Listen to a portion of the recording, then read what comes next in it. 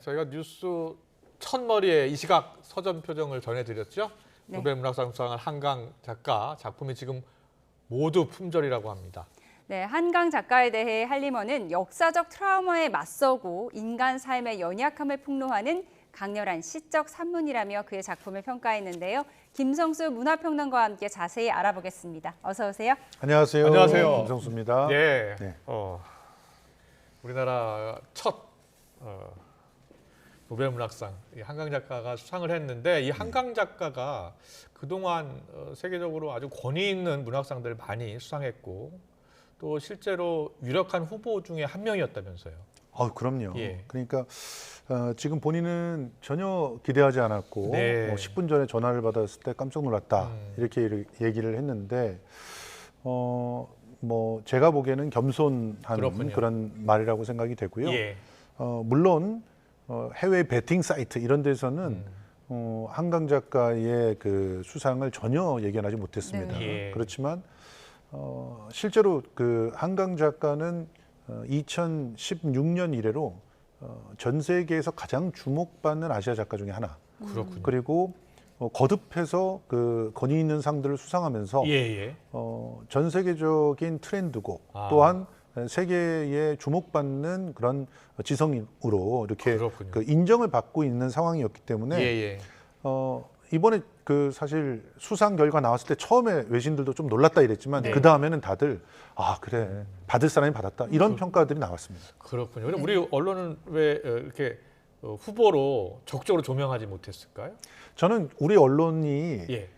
특히 요즘에 예. 굉장히 어떤 도구마에 갇혀 있는 게 아닌가 하는 생각이 좀 많이 들어요. 예. 사실은 아직까지도 우리는 고은 작가님 물론 탁월한 그 예. 성취를 갖고 계시지만 예.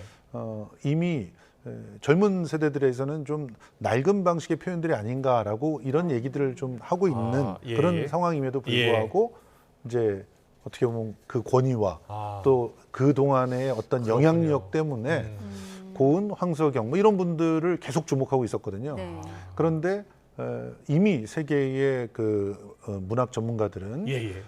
우리의 그 어떻게 보면은 주력 세대라고 말할 수 있거든요. 지금 한강 작가 70년생입니다. 예. 그러니까 동시대의 아픔을 보다 객관적인 입장에서 써낼 수 있는 여유와 함께 또 나름대로의 그 정체성을 정확하게 품고 있는 그런 작가들을 주목하고 있다는 것이죠. 그러니까 우리 인식의 세대 교체가 아직 안 됐다 이렇게 맞습니다. 지적하시는 건가요? 네, 실제로 그래서 예.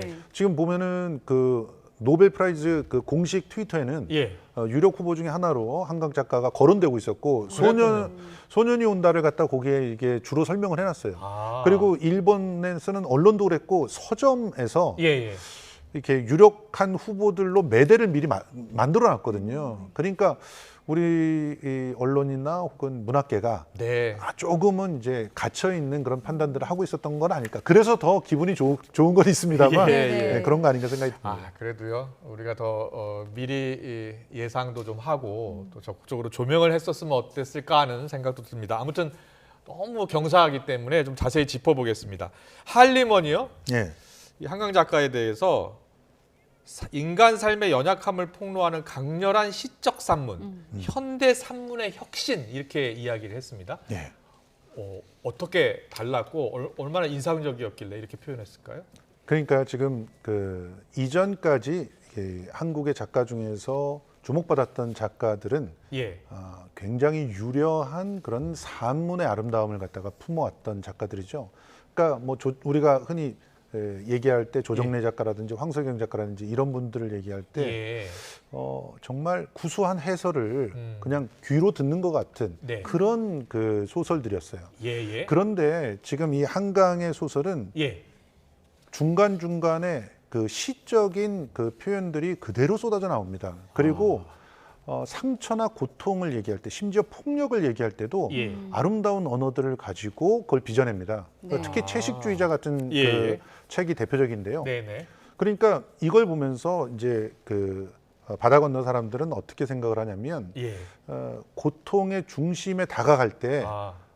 보다 더 객관적이고 또 간접적으로 다가갈 수 있는 여유가 있다 이렇게 평가를 하는 거죠. 그리고 그래서 역사의 상처를 마주보고 인간 삶의 취약함을 그대로 드러내는 작가의 강렬한 시적 산문. 그러니까 똑같은 그런 문학이라도 역사적인 어떤 그 사건을 그냥 증언하듯이 그 풀어내는 것이 아니라 예. 공감을 하지만 그래서 함께 느낄 수는 있지만 네. 조금 더 객관적으로 들여다보게 하거든요. 특히나 아름다운 시적 언어들이 네. 그 은유와 상징들을 통해서 조금 더 한 번 더 좀 더 그 거리를 갖다 유지할 수 있게 해줍니다. 그렇군요. 그래서 그런 부분들을 스웨덴 할리먼에서는 굉장히 높이 샀다고 생각합니다. 예, 예. 폭력을 아름다운 언어로 빚어냈다라고 표현을 해주셨는데 한국 현대사 사건을 다룬 작품이 많잖아요. 한강 그렇죠. 작가의 작품에는 아무래도 주제가 너무 무겁다 보니까 일반인들한테는 좀 어려운 주제일 수도 있는데 사랑받는 이유에 대해서는 어떻게 분석하세요?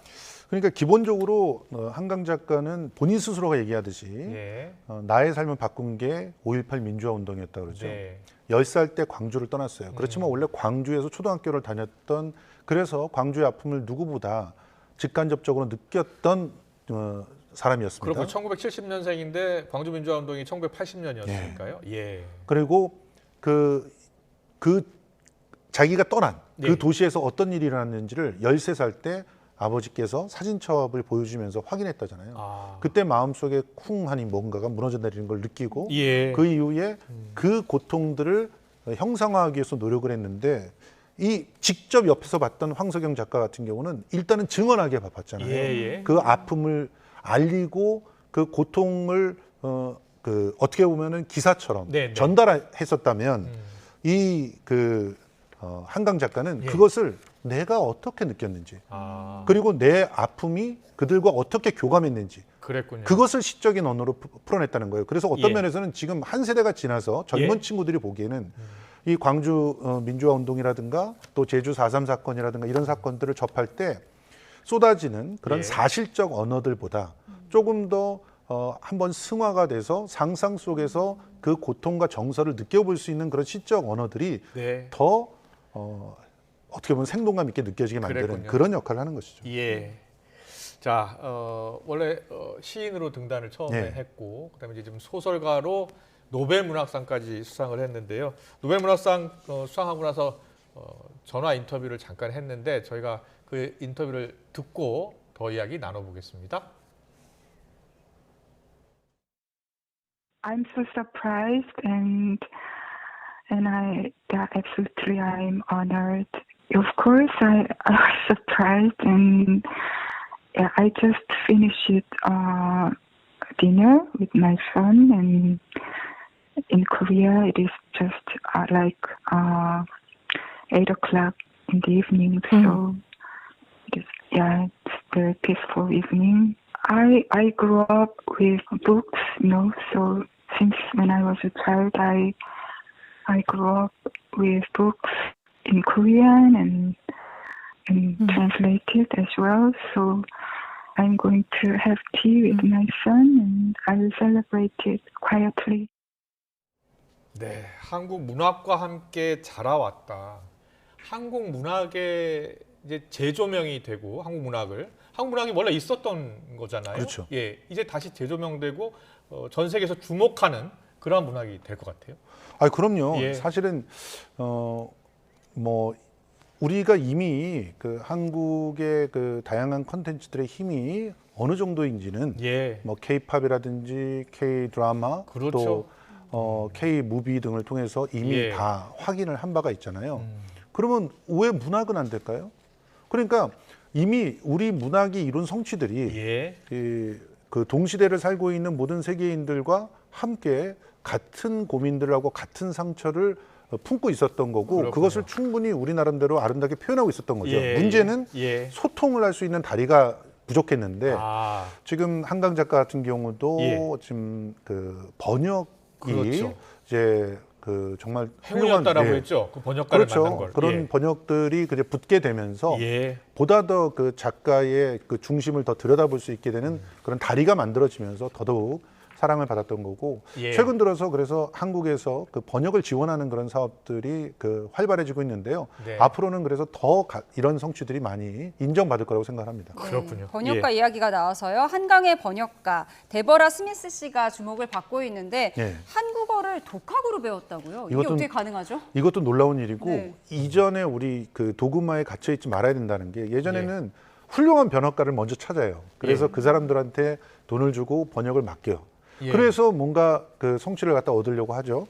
그런데 애초에 더 중요한 것은 우리 한국 문학에 대한 애정 예. 그리고 작가에 대한 애정이 있어야 되거든요. 이 데보라 스미스 같은 사람은 한국이란 그 사회를 충분히 좀 객관적으로 들여다보고 예. 그 가운데서 자기 마음에 정말 잘 맞는 어울리는 작가를 선택을 했어요. 그리고 그렇군요. 그거를 먼저 번역을 하기 시작했거든요. 예. 그래서 이 데보라 스미스의 그 번역을 보면 네네. 한국의 발음들을 그대로 살린 말들을 아. 사용을 합니다. 그래요? 그러니까 예. 문학적인 어떤 우위성을 갖고 네네. 우리들이 이해할 수 있는 언어를 써야지가 아니라 예. 그 글 맛이 그대로 살아나고 네. 특히나 이 한강의 글에는 시적인 그런 어떤 표현들이 많기 때문에 예. 그 운율을 살릴 필요가 있거든요. 예. 그런 것들 그대로 번역하는 탁월한 선택들을 했고요. 네. 그것이 세계인들을 움직인 것이죠. 그렇군요. 예. 지금 출판계가 많이 기대하고 있습니다. 우리 대한민국 출판계, 문학계에 큰 획을 긋는 그러한 수상이라고 볼 수 있는데 네. 앞으로 어떤 영향을 더 미칠 것 같습니까? 일단은 책들을 텍스트로 읽는, 그러니까 예. 문자로 읽는 분들이 훨씬 더 많아질 수 있을 것 아, 같습니다. 예. 그리고 그 문자의 힘을 많이 느낄 수 있을 것 같고요. 예. 무엇보다도 하나의 이정표를 만들어 줬기 때문에 네. 후배 작가들 그리고 동시대의 작가들이 이런 그 도전들을 할 수 있는 그런 목표가 또 하나 생겼잖아요. 예. 만약 그 봉준호가 없었더라면 우리가 아. 아카데미를 수상할 수 있을 것인가 그렇습니다. 꿈도 꾸지 못했을 기생충. 겁니다. 예. 지금 노벨 문학상이라는 게 늘 우리 생에서는 이루어질 수 없는 꿈으로만 생각했는데 네. 이제 가능하다는 걸 알았으니까 예. 두 번째, 세 번째 노벨 문학상 작가들이 나올 거라고 저는 기대합니다. 네, 그렇습니다. 큰 경사였고요. 우리 한강 작가의 인터뷰를 정말 듣고 싶거든요. 네. 근데 한강 작가가 이제 당분간 인터뷰를 하기 어려운 상황이라고 본인이 이야기했나 봐요. 그러니까 전쟁 일단 중이다라는 뭐 이야기. 그게 무슨 말이냐면 예. 아버님께서 이제 이 놀라운 소식을 듣고 처음에는 그게 가짜 뉴스라고 생각을 그랬다면서요. 했대요. 예. 그런데 피싱인 확인해 줄 보니까 예. 진짜 사실이었던 예. 거예요. 그래서 야 우리 진짜 이런 그 놀라운 일이 벌어졌는데 잔치라도 해야 되지 않겠느냐. 네, 네. 그랬더니 한강 작가가 지금 두 군데서나 전쟁이 벌어지고 있고 사람이 죽어가고 있다. 그렇군요. 그런데 내가 경사가 있다고 잔치를 할 수 있겠느냐. 예. 기자회견도 그래서 일부러 자제하고 있다고 들었는데요. 그렇군요. 예. 이게 바로 그 지성인의 모습이 아닐까 하는 생각이 들고 예. 그래서 더더욱 위로가 되는 것 같습니다. 알겠습니다. 잘 들었습니다. 지금까지 김성수 문화평론가와 이야기 나눠봤습니다. 잘 들었습니다. 고맙습니다. 고맙습니다.